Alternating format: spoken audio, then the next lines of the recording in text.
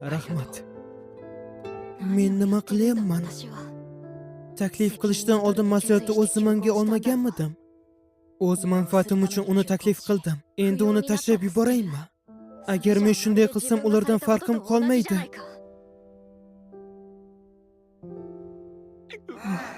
Va bu imperator yomon odamga o'xshamaydi. Tortning qolgan qismini o'zingiz bilan olib ketishingiz mumkin. So'zlarimni qaytarib olaman. Janob oliylar, agar xohlasangiz menga turmushga chiqing. Nega birdan bunday deyapsiz? Axir avval jiddiy emas edingiz.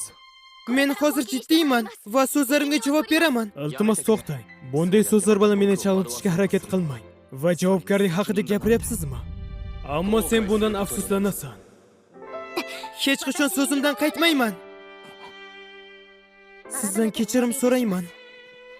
Endi bergan qasamimni buzmayman.